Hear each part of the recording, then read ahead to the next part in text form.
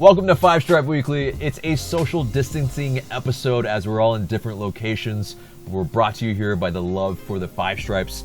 But we'll go back in time and we'll reminisce on our experience at the 2017 Atlanta United match. And we'll cover all of the COVID-19 news and its impact on the soccer world and MLS. All that and more coming up. Welcome to the show, Five Stripe fam. I'm AJ, and with me are Tanner and Mark. Before we get into it, become part of the notification squad by hitting the bell next to the subscribe button on YouTube, or hop over from Facebook and subscribe. This segment is sponsored by Thinking Man Tavern, a cozy Decatur neighborhood pub. Grab a tasty beverage from a wide variety of selections and a plate of something delicious from the menu. To go, check out Thinking Man Tavern. So guys, let's get right into the flurry of COVID-19 news. But first off, before we get into all of that, Josef Martinez had successful surgery on his knee. And that's really, really great news because, yeah, it was delayed for various reasons, probably because of the swelling, probably because it was an elective surgery. And yeah, he probably was trying to also get the best of the best type of surgeons. At least Atlanta United probably were trying to do it. And it looks like he's, made a full recovery from that and is now in rehab. So Tanner has disappeared already, which is hilarious. But I'm back. Guys, bear with us. This is the COVID-19 days, and this is bound. But yeah, he wrote a really, really heartwarming message thanking all the fans on Instagram and all Atlanta United fans for their support during this time. And yeah, I mean, it seems like he's gone with the best in Freddie Fu, who also worked on Zlatan Ibrahimovic, and he also came back really, really quickly in about, I think you know pretty well about that, Tanner, right? Like he came back in about 6 months or so. He was really, really quick. He played a little bit in the fall. He clearly wasn't fully fit. But again, he had that whole age factor. He was 36 at the time and playing at the highest level. So, but he returned to the LA Galaxy in April or so of 2018, and he was pretty good for them. But again, it depends on the level of play. So I think Josef, a lot younger, probably better health, seen less mileage, he probably recovers pretty quickly. So with everything being postponed, things are looking somewhat decent for him, at least in terms of missing less games. Yeah, Mark, yeah. So according to a former Sports Illustrated and ESPN injury analyst, he told 92 Night of the Game, Will Carroll, he said that there's a possibility that he could be back much earlier than expected. I mean, should we expect Josef Martinez, in maybe October or November even? Yeah, I don't know. Reasonably, I guess it's doable. Yeah, listening to that interview where they went into this the surgeon's style and how it's different from how ACL surgeries are normally done. I thought that was interesting because ACL surgeries have been done for years now. And I think it's gotten to a point where, once upon a time it was a sort of career-ending, kind of debilitating kind of injury. Now it's like, okay, you come back within a year. And so, if there's somebody who's sort of perfecting the method to where Josef can come back sooner, and then, yeah, Josef is in the prime of his career, whereas Zlatan was at, you could say, the tail end of his career. And I think what he showed after that injury, yes, a lot of that was MLS. It was still pretty good. I mean, he's back in Europe now. So I think the outlook for Josef is pretty optimistic, and so yeah. If MLS ends up having to play a very late season, I think it is possible that Josef comes back for it. Yeah, kind of showing that the Serie A is somewhat of a retirement league in itself. But anyway, so let's move on. So in accordance to the CDC guidelines, they have recommended that the postponement of all events with 50 people or more in the next 8 weeks should happen. And MLS today, this is a Thursday that we're recording this, they have effectively also made the return date May 10th. And also there's a moratorium on team practice that was supposed to be on this Friday, but the players have apparently been able to train separately at the at the training grounds. But is this a surprise at all, or No. Yeah, no. I mean, at this point, things are just changing so quickly, and more things are just closing up shop. That I'm still surprised that players are even allowed to leave their houses. I guess some of them aren't. So yeah, it's one of those things where everyone's trying to get stuff stopped. So it's just such a weird time to be not just a soccer fan, but just a person in general. For being honest, everything closing down, and it's kind of shocking maybe that it took sports so long to shut down. But yeah, no, it's not shocking at all, and I honestly think those dates are going to keep getting pushed back as well.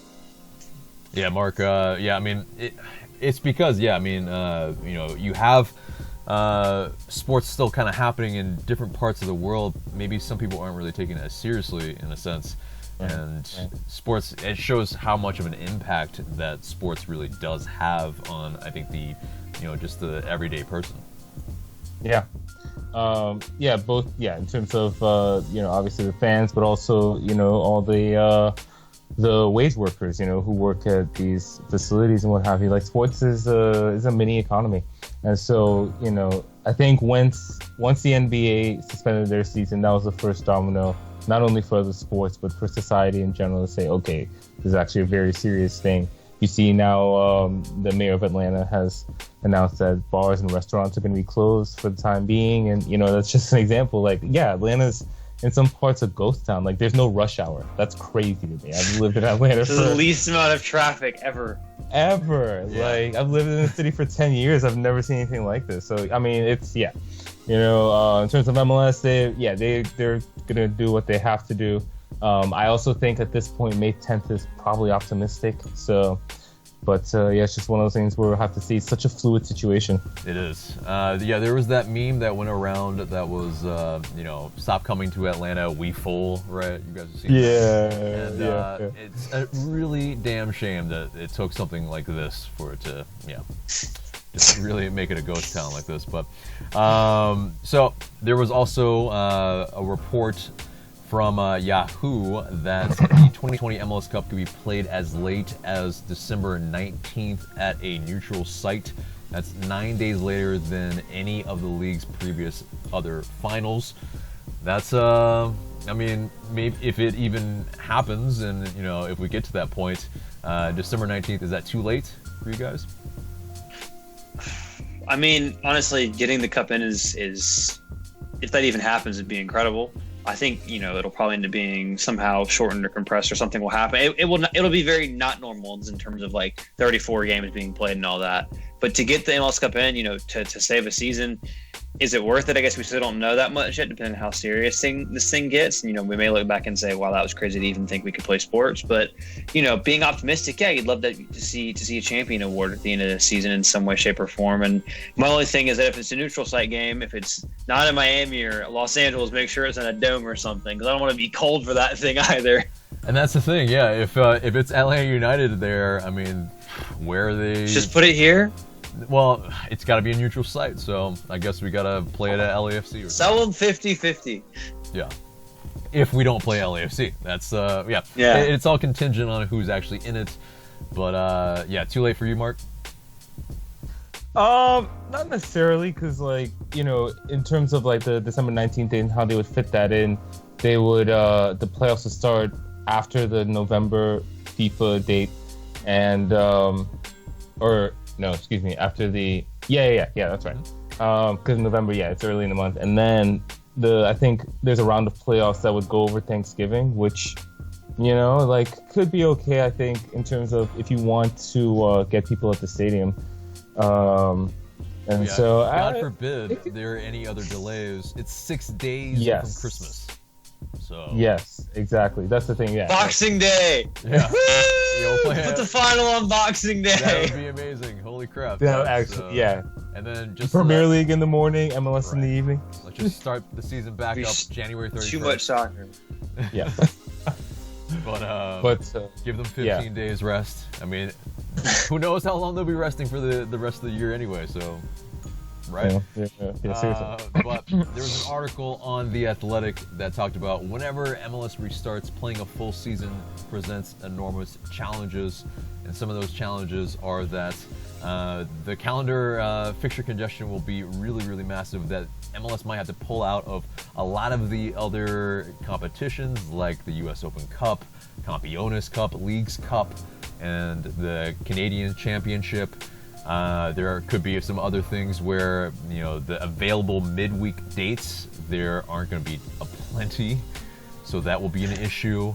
The compressed schedule also might affect the roster because of not only fatigue, but travel and just how many guys you have on your roster to actually compete in all these competitions. The home field advantages also might be a factor because of, there are some teams that don't even have their own home stadium yet. And so, like NYCFC, they present a flurry of issues, really. Yeah. But there could be the potential of NYCFC having to play their MLS home games at Red Bull Arena. Yeah. That would be hilarious. And they've shown out, actually, at Red Bull Arena, apparently. So it's not look too bad. 9,000 or something like that when they've had a home game there. So more than Red Bulls. But God. Yeah, but in terms of the driving factor, they want to play a full season. It's likely the Athletic is saying because of the revenue from the match day experience and the sales and the tickets and attendance and all that. So canceling that would be a massive kind of death blow for some of the club's revenues. But I think because of the single entity structure for MLS, we're maybe in a more unique way in the football world of being able to kind of handle something like this possibly as well. But what are you guys' thoughts on if we were able to play an entire season? The Open Cup, I think, is in real danger at this point, because before we had the USL clubs announcing that they wouldn't participate in it, and now MLS is, or at least this report is suggesting that if MLS wants to finish their season, then they're going to have to sacrifice other competitions. Now we're looking at 2 months in the calendar lost. And so even if you add a month, that's definitely going to add some congestion. And there's also, I think, that early June break. It was about 2 or 3 weeks off for a lot of the teams in the league. So I'm assuming now that also gets filled. And if they can even resume playing by then. And I think, I don't know. I just don't see how the Open Cup gets completed at this point. Yeah, it might have to be done with just not actual MLS clubs, and where, the actual prize of winning the U.S. Open Cup doesn't make you actually get into Champions League, which, probably is wise because, if you saw... They have a pub league team winning the U.S. Open Cup, and then they have to travel down to, South America. Have to play Club America. It's like, ooh. Oh, God. They're getting smacked up 12-0. It's like... That would not be ideal. Right. But, Tanner, what do you think about, finishing a season with all those challenges? I mean, at this point in time, I don't see how it's possible to play a 34-match league season. Just everything that you keep hearing is changing so fast, and maybe it could change for the better.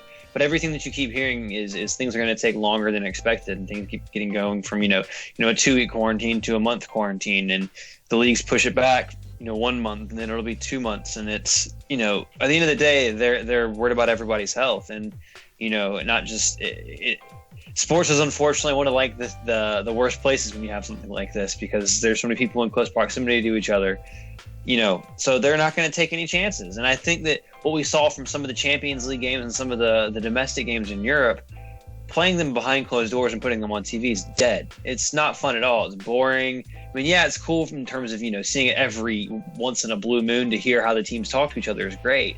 But outside of that, it's not ideal, and atmosphere is so important to some of the clubs like Atlanta, like LAFC, like Seattle, Portland, even NYCFC to a degree, Toronto.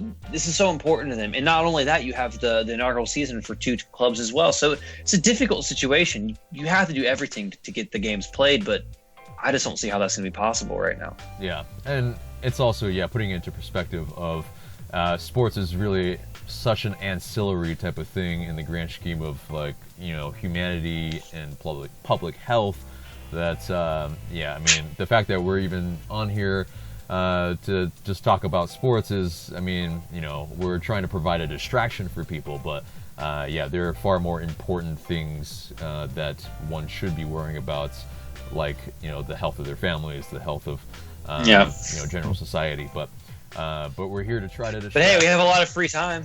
Yeah. Unfortunately, yeah. But and so moving on from that, there's an overwhelming winner on AJC for best mural in Metro Atlanta, and that was the Josef Martinez mural by Matt Leaders in Castleberry Hill. It was actually a write-in candidate as well, and it received 62.5% of the votes. Ridiculous. Sounds like every poll ever involving Atlanta United. Ballot stuffing Atlanta United fans for the win, for sure. Yes. Deserved? Probably, but... yeah. But we'll just move on. yeah. But, Frank de Boer, he challenged everybody with the stay-at-home challenge at Atlanta United anyway, in terms of players, team, front office, all of that, fans. And one of the first to do it was Darren Eales, who switched it up. Not just toilet paper, which is kind of a hot commodity right now. Seriously. He did it instead with his child's kind of plush toy.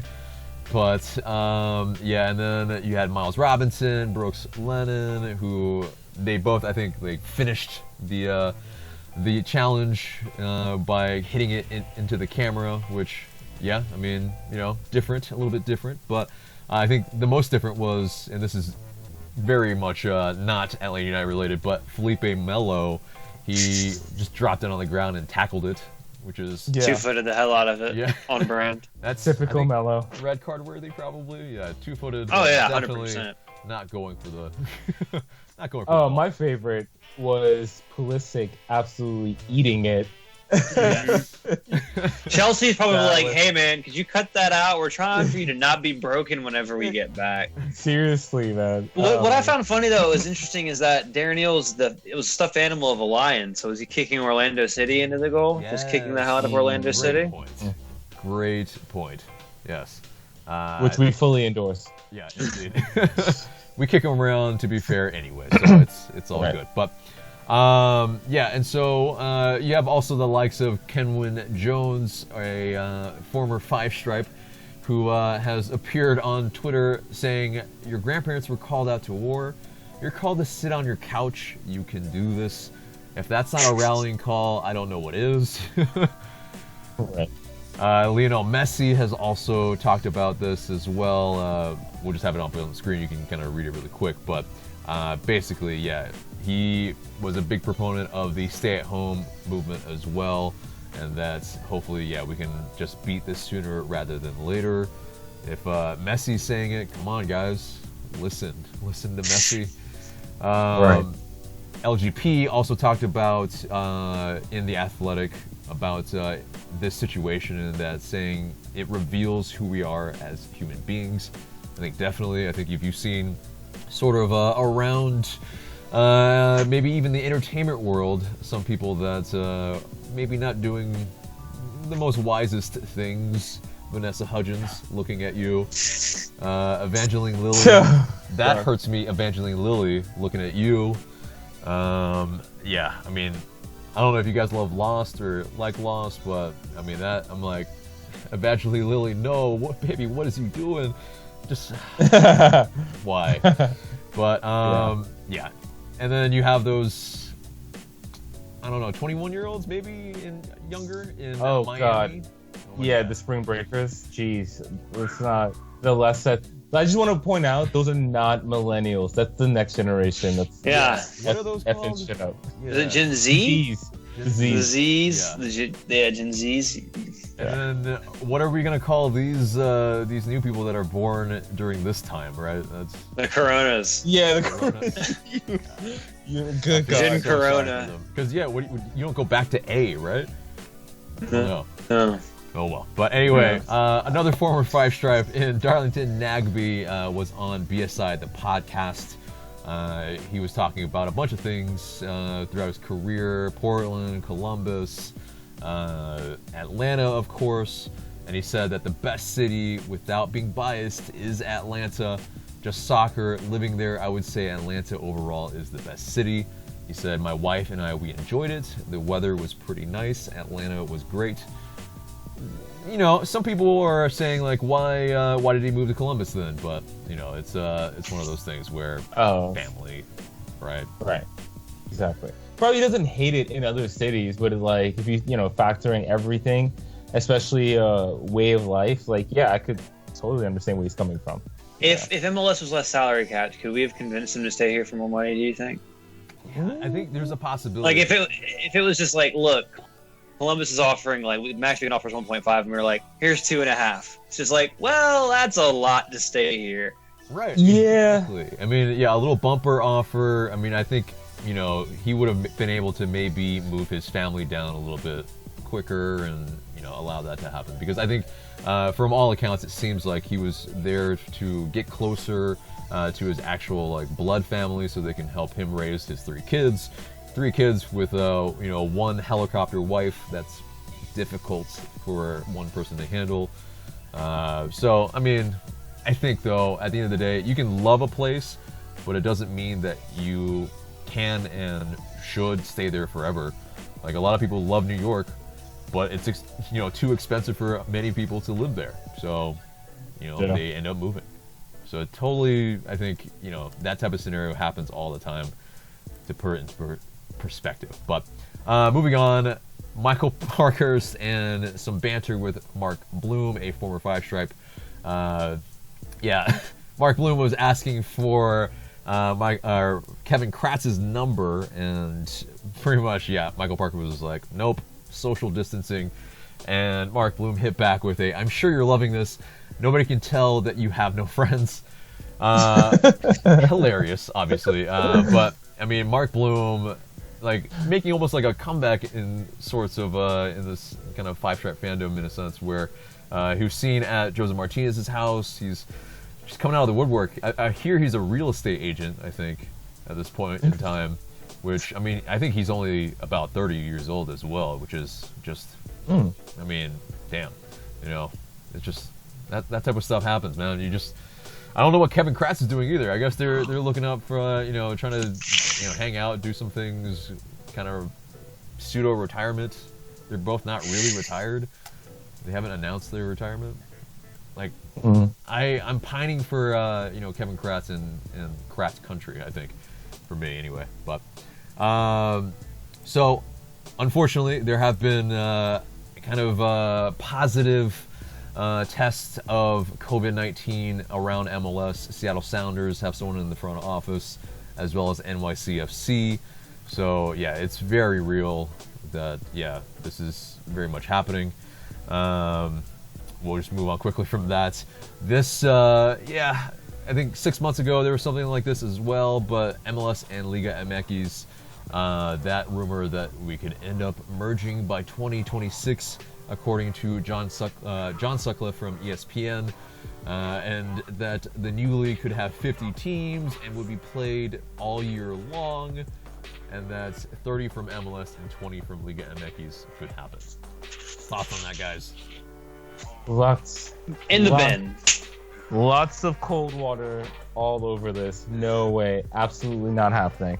Like, they talked about this on ESPN as well. Like, the logistics of it absolutely do not make sense. For one, just a very basic starting point. MLS is a closed league and Liga MX is an open league. You know what I mean? Like, so Kinda. Right, exactly. And then like MLS doesn't even do promotion relegation. You would absolutely have to if you're involving 50 teams. And so like, I don't know, like, yeah, the TV deals, how would that work? I don't see that at all. I think the relationship between Liga MX and MLS most likely is through competitions, like what the League Cup I guess would have been. But yeah, a league, nah.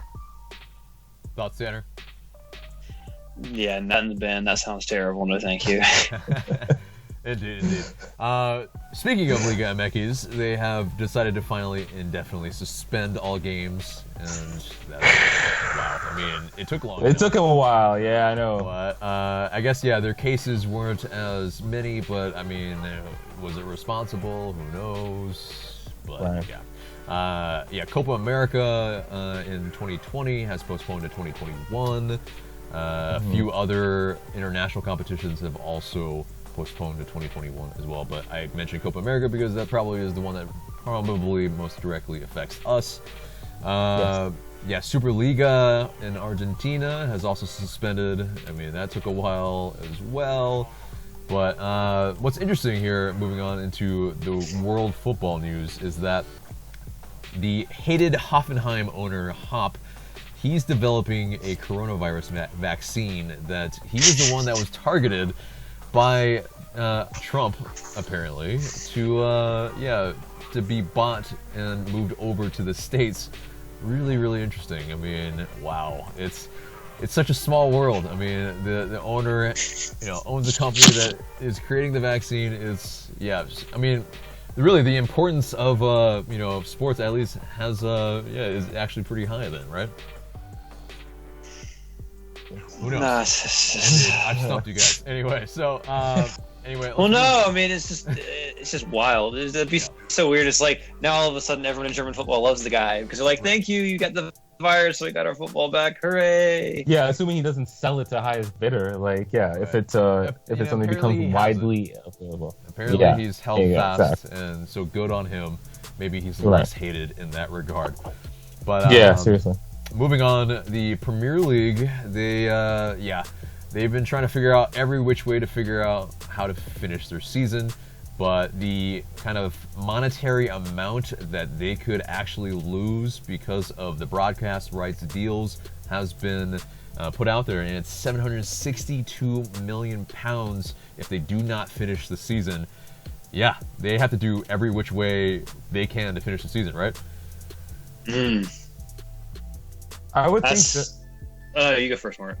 No, I mean, so the FA, so Europe and UEFA and so on had their meeting, I think on Tuesday, and then the English FA followed up with their own meeting after that, and they announced that they would not be putting a hard cap date in terms of when they have to finish competitions. They normally do. It's normally June 1st, and they announced that they're just going to extend it indefinitely, and I think that's a reflection of the situation. Like, I think, because the European Championships were moved to 2021 as well. I think that's to give all those domestic leagues in Europe a chance to finish, because they have to. They have to finish the league. Like, they've got to figure out prize money, Champions League places, promotion, relegation, like all of those decisions, I think, ultimately impact us financially. And then, the broadcast revenue, like, I think that's why for Europe, I think it's more likely you end up seeing closed stadium games, because like they still that's their broadcast revenue that they have to cash in on. Nobody's giving money back. That's not happening. Yeah, that would be one of the consequences for sure, and especially if you're one of the lower teams in the division, you probably don't want to do that, because especially if you get relegated, then oh my God, your debt is insane. Tanner, the likelihood that they actually are able to finish the season, and also, I mean, the players and their contracts, if they have an expiring contract, it ends on June 30th, so lots of problems for sure. Oh yeah, FIFA has an absolute nightmare ahead of it, because I think people will look to both FIFA and then I think right after them UEFA in terms of what the decision making will be, and they'll have to figure out possibly to extend contracts past that point in time if there's any legal things they'll have to do in order for that to happen. But yeah, I mean, the difference between MLS and the European leagues is that TV money is the end-all be-all in those European leagues. I mean, for most of the clubs at least. Some of your super clubs have the marketing budgets and the revenues from merchandising and stuff like that. But still, a lot of these clubs will struggle to survive for, if these seasons don't get completed, because they need that money in order to keep the books turning over. And, especially in leagues outside of the Premier League and the Bundesliga and possibly maybe Serie A now, some of the new TV deals they have, these lower clubs in Spain, France, and I'd even say Italy and Germany as well, they can't survive if they don't have this money coming in. And in MLS, a lot of it's still gate. I mean, Atlanta United has the highest revenues at the end of the season in MLS because of the fact that the stadium's so much bigger than everyone else, is we making so much more in game day revenue. But they're in a much tighter situation in terms of these TV contracts. I think they'll get them done because they have to, and the money over there is too much. And I can't even imagine what would happen if you had some of these mid-sized clubs go bust. Yeah, and that's not even to say, talking about the, the championship, League One, League Two, the non-league teams, and I mean, there's a lot of these teams that do rely on the matchday revenue, and they will fold, especially some in USL even. Like, it's going to be a kind of widespread problem, and as long as this prolongs, it could really, be a sad state in sports. But there's one league that, despite all of this, is starting up, and that's the Turkish league. And wow, I mean, I don't know what they're doing. They're just not heeding advice or anything, but I think actually as of today they may have stopped. Actually, I think Okay, today good. they actually announced that they stopped, but they were the last league. Right. They were the de facto last major league to still be running. In fact, John Ubi Mikel, who was playing for, I think, Trabzonspor in Turkey, left the team because he's like, why are we still playing games? And he went to go take care of his family. good on him. I mean, Yeah. they have to hold fast for the health of the general public, because I mean, it's just, it could get really much worse if we don't flatten this curve. And the last bit of world football news is that Jake Mulroney's former club in the Scottish club Hearts of Midlothian, they have asked players and staff to take a 50% pay cut to keep the Tynecastle based outfit afloat in this pandemic. That's kind of crazy. I mean, that's They might be the first, like I just said. They will not be the last. There'll be many other clubs that will face the same problems. yeah, and that's really tough. And I think it's lucky Jake Mulroney that he definitely got out in time for that, for sure. But that does it for the news, and that gets us to buy or sell. And if you guys haven't seen the segment, we pretty much put up an Atlanta United topic, and we say if we buy or sell it and give our reasons why. First topic is that Josef Martinez will play a part of the 2020 season if it resumes. Buy or sell? Go with you, Tanner, first. I'm going first. Sorry, you broke up there. I'm going to say I'm going to buy that. I think with the delay, we don't know how long it's going to be. It's just going to keep getting pushed back more and more. And combined with the news that he could potentially be back sooner rather than later, maybe a 4 or 5 month turnaround, that's putting him back in, I guess it's July, August. And, there'd be the games would be coming thick and fast at that point in time. And if the season's going all the way into December, I definitely think we could see him. Yeah, well, I think it's maybe 5-6 months turnaround in terms of the surgery, right? And so, Well, no, because Zlatan was back in about that time playing for Manchester United. About 5-6 months was when he was playing, because he got injured in April and he was playing again, I believe, in September, October. Yeah. Oh, right. Yeah, but if our math serves me right, or if my math serves me right, I think it's it's March, and 5-6 months would be about August. Yeah. September. Yeah. August, Yeah. September. Okay. Anyway, Mark. Yeah, I'll buy that because pretty much what Tanner said, like with the season already getting pushed back, and I think that and this is kind of leading to another question, but I do think that MLS will try very hard to play the full season. And so as long as they try to do that, I think that gives Josef the best chance to come back. I mean, it's obviously, like, this is in the context of the pandemic, but we really don't know how much more this is going to be pushed back. So at this point, I buy that Josef will take part of the 2020 or maybe 2020/2021 season, however that looks. We start going on the European schedule, Right.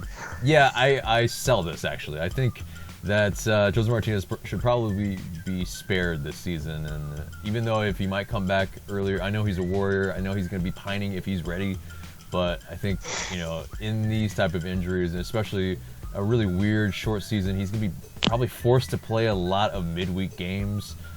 That's just not, I think, in his best interest long term. I think we need to spare Josef Martinez from himself, really. So Yeah, I saw this. But next topic is that MLS will play a full regular season of 34 games. Go with you, Mark, first.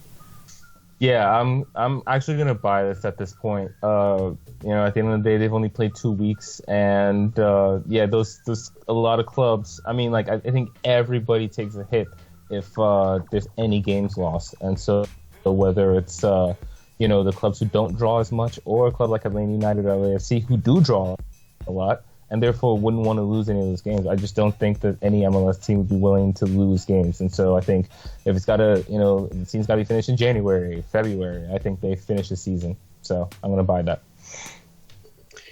I'm going to sell it unless they do move the schedule. And I don't see how they move it all the way and like shift the schedule so much to where they're finishing in January, February, because that means that you're pretty much going to permanently be shifting your schedule because you're not going to condense everything in another season to follow up on that. So unless they shift the schedule around and have it finishing in a weird time period now, then I'm going to sell it. I just don't see how they can fit them all into 2020 at least. Yeah, I agree. I sell it. I think it's also because, not only the fixture congestion there, and you have. Maybe you have to, maybe only play the teams in your conference. Maybe you do that, and then maybe you just like eschew the first 2 games and just say like, okay, that kind of didn't happen or something, and then kind of create new rules so that the Champions League qualification is, I think, really, really important here to a degree. I guess there's not a whole lot of money involved, but I think there's you don't want a team that just doesn't deserve it to, be playing a team that could just smack them. So, yeah, I think it could be shortened. I think it could be like what you see, like a strike-shortened season in, like, baseball. Instead of, like, 162, you play 154. And so maybe instead of 34, we play 26. So it at least makes it a little bit more palatable, and maybe you can still have some of the other competitions just in a shortened tournament. But anyway, so guys, that does it for buy or sell. It gets us to a new segment. Oh, what's up? I got one I wanted to throw in here. Oh yeah? All right. Buy or sell. Okay.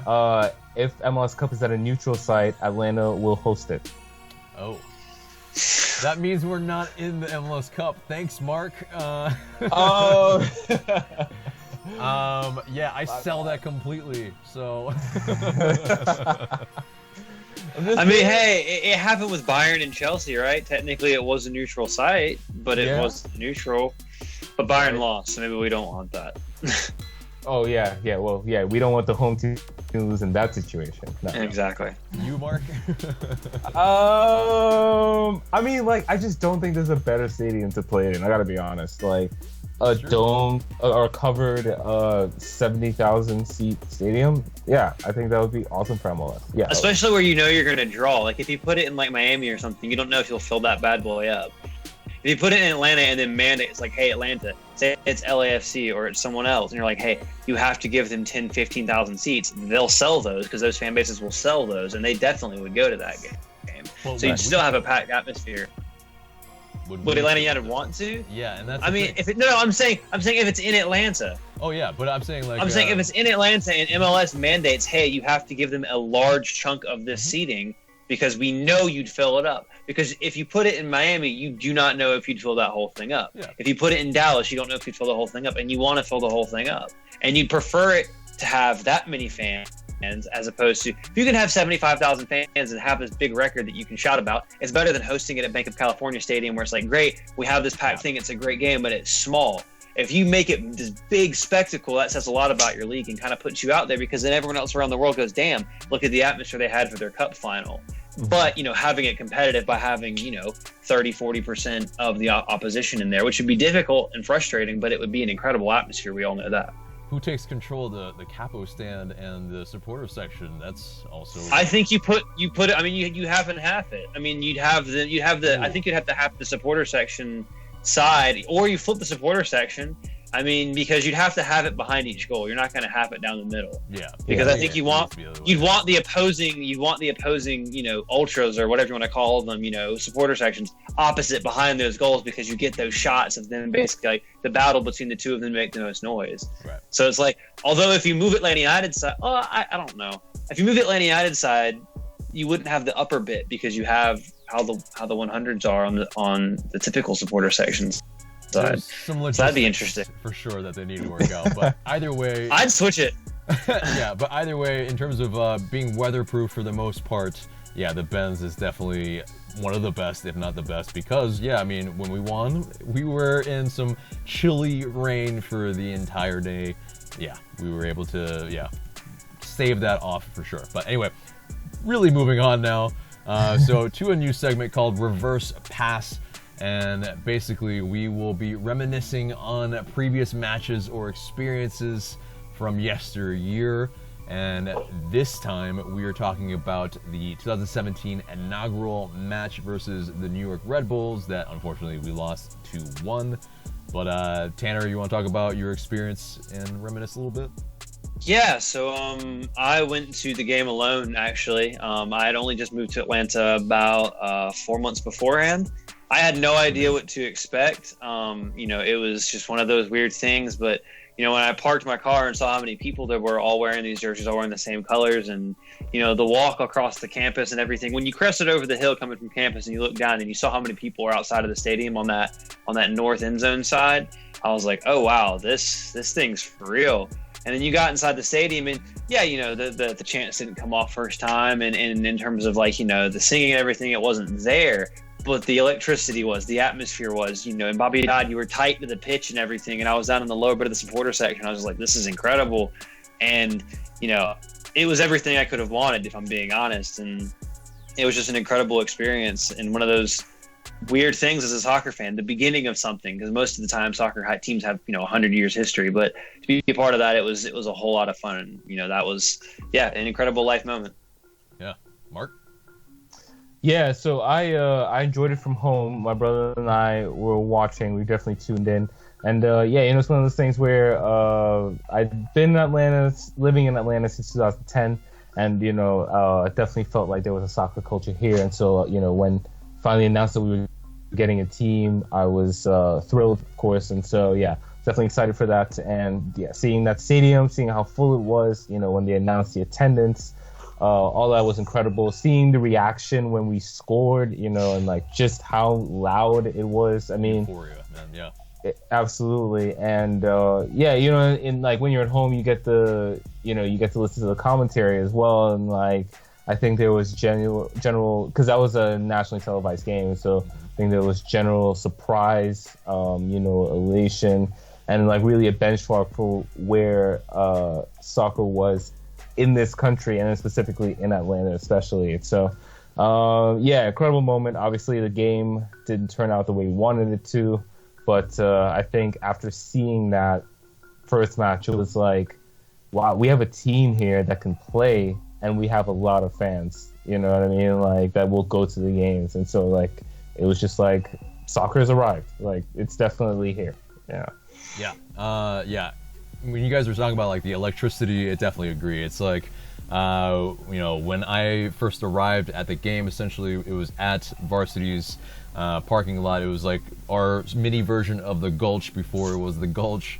And so many people already all decked out in Five Stripes gear, and people didn't really know what to expect. I mean, it seemed like there was a lot of people. I remember playing big Jenga with my girlfriend Corey, and we were just having a good time. People were all just so chill. There wasn't any really tension between any of the supporters groups or anything like that. You could just float, and that was beautiful. And then when we marched into the stadium, it was just oh wow, okay, this is serious. Everybody for the most part generally knows their stuff. And then I remember the gate. It was just packed what's you imagine is so dangerous in this COVID-19 period right now. It's just oh my god, it went all the way out into just wrapped around the stadium, but you could feel this really nervous but excited energy. And once you saw the game, everybody's really amped up. The actual play was attractive. No one knew really what to expect from the team, and that first goal is just absolute euphoria. yeah, everybody I'm sure remembers that goal as just something that, you know, I think woke up soccer in Atlanta for sure. But yeah, and despite us losing, I feel like a lot of people were just very positive on it. Like, I think we played in a way that, yeah, we should have won. Rebel maybe got a little lucky. Carlos Carmona, when he got the red, it was just like, Carmona, what are you doing? But first of a few times that he made us do that. But you know, it was one of those games that I think, yeah, like set forth a lot of people's just, you know, fervent fandom that, you know, it's one to never forget. So lovely to kind of reminisce with you guys on that game. We'll try to do some more. Let us know in the comments below which ones you want us to talk about. But yeah, let's get into the mailbag. And you guys send in these questions through IG story. Please continue to do so. We might answer your question in the future. First question comes from the Phil Hoffman. Order chronologically. A, Joseph plays. B, Barco sold. C, MLS Cup is played. D, 2020 home kit leaked. We'll start with you, Mark, first. Okay, from first to last, I guess, is I'm going to say Joseph plays. MLS Cup is played. Barco's sold, and we find out what the home kit for 2021 is. Okay. So, yeah. Okay. Tanner? Is it a cop-out if I say the exact same thing that he just said? Because that's what I was like, please say something different. Please say something different. Please, you son of a... No, as odd as it is, I agree with that timeline. I don't see how Barco gets sold before Joseph plays, because I don't think Barco will be playing the games he needs to be playing in order for the fee that Atlantiana would want him to leave for would be justified for buying club to play. So, you know, I think Joseph plays first, and I don't think Barco will be sold this season at all. So you have to put MLS Cup in front of that again. And then right now, I mean, the home kit will probably leak sometime in December. So I guess that's one of the things, is that I guess the home kit could be leaked before, you know, Barco gets sold, because that's usually when it gets sold, and that's already usually figured out. Although who knows with this? Maybe all that design is being delayed, but you know, I don't know. Yeah, no, fair point there. I think it's C, MLS Cup is played. Then I think it's the 2021 home kit is leaked. Then I think Joseph plays, and then Barco is sold. So I'm going with my thing of he shouldn't play this season. So just try not to, Joseph. Please don't.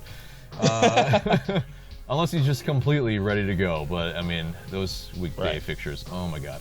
Anyway, next question comes from, I'm not even sure how to pronounce this, but Fun Van, and I'm gonna go with E-Real Falapod, I guess.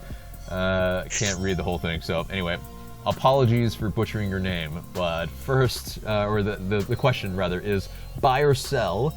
Will we lose another player before the season resumes? So another buy or sell into this. Sell. I don't think we lose any. I don't think we lose anybody before the season gets back. Yeah, so I don't see like it would be really unfortunate, I think, and I don't see that happening. Yeah, I think I sell it, but I think it's like they might be alluding to maybe like a Barco maybe being sold or something, or yeah, I mean, but who else can we sell now? We've replenished our team to a good bit already. I think it comes to teams wanting to buy, and no one's going to want to buy because no one has any money they feel like parting with. So that's why I don't think you see anything. It could be a really quiet transfer window as well. Exactly. Yeah. Weirdness. So yeah. God, it's gonna make for a really kind of a boring summer, maybe in July and August in a sense. But and this is like way down the list on the priorities. But yes, it's one of those things where it's just like, how can business realistically happen this summer? Yeah, and would they take a risk on an MLS player for the amount that we probably want, which is around 30 or more? Yeah, probably not gonna happen. Last question comes from Gigi's Beauty Works. Can they all together just cancel the whole season? Mark, go with you first. I think that's definitely possible at this point. You know what I mean? Like they've already pushed the potential start date back a month, and so I think that even so, like that is optimistic because in terms of how is this situation is developing here in the U.S., they're still increasing the number of tests, that are being distributed. That's still increasing, and I think with that, the number of cases in the U.S. will continue to increase. And so as long as that's happening, I just don't see how sports can resume. You know what I mean? I think they realistically, like, in order for sports to resume, they have to get to a point where health officials feel like they've at least corralled the virus somewhat. And, then hopefully at that point, they'd be at a point where they'd be able to treat people and all that. But that's like getting to weeds a little bit. I think all of that precedes sports, though. And so, if too many months get lost, they may end up canceling the season or just reformatting to really just do something completely different. First 2 weeks don't count, et cetera, et cetera. Okay. Yeah, I mean, again, kind of with Mark on that, it's just to cancel the whole thing would be incredible. That would be. I think some clubs would struggle to make ends meet, if we're being perfectly honest, with none of that money coming in, depending on how wealthy the owner is. Yeah, you do everything you can not to cancel it, even if that means you shift your schedule. And if you shift your schedule, it's probably going to be a permanent change, which isn't ideal because I don't think the league would want their hand forced into, doing a change like that. But I just don't see any other way to get this season in unless you change. So they're going to be in a really tough spot. Sooner rather than later is ideal. But with this, it can continue on for quite a while. Yeah, I know some people have talked about, this is our opportunity for MLS to get along with the, other world schedules and whatnot. I don't think this is the way we do it, and this isn't, I think, the catalyst probably. And there's not a reason to either, because there's a reason why MLS schedule is the way that it is. It dodges a lot of the major sports. It doesn't fight college football and the NFL too hard right now because it knows it's going to lose that, and to be fighting those sports and college basketball and all that, it would be difficult for the league to do. Yeah, it fills a void, and it's also there's shared stadium type of kind of issues that they have to deal with. I think out and out canceling a season, I think largely impossible unless this pandemic just gets out of control, because there's just too much, I think, money at stake that they'll figure out a way to at least play. If they have to play to empty stadiums, they will, if worst comes to worst. So, I think that's the absolute last resort that they want to do. So that does it for Mailbag and pretty much the entire show except for the question of the day. And the question of the day is, so La Liga is participating in a FIFA 20 tournament where one player represents each club. I think MLS should do the same with their players as well. Who would your Atlanta United representative be? Let us know in the comments below. Tanner, Mark, let us know who your choices are real quick. Well, we've seen Franco Escobar reach out to the channel and said that he would do it. So Franco Escobar's really putting himself out there. I mean, shame Tito doesn't play for the team anymore. I know he's pretty good at FIFA. He whooped my ass. But I don't know. I've heard that Josef isn't the best at FIFA. So I'm going to go with, if Franco's willing to put himself out there, he seems like a crazy man. I'll let him go. I think I'm Team Remedi. Yeah, I think I remember him being. I think I've seen somewhere where he's like, he's one of the main FIFA players on the team, and so Remedi all the way. Yeah, for me too. I think because he beat Rated Hugo as well during that little late night stream that they had. So I think he's probably pretty good. And but if you have maybe a tag team of Remedi and Franco Escobar, maybe that would be a lot of fun. But anyway, that does it for the show. And guys, remember to stay up to date with the CDC.gov and World Health Organization on all the details regarding COVID-19. Please don't take unnecessary risks, and please stay safe. So for Tanner, for Mark, I'm AJ. Thank you guys so much for watching. We'll see you in the next episode.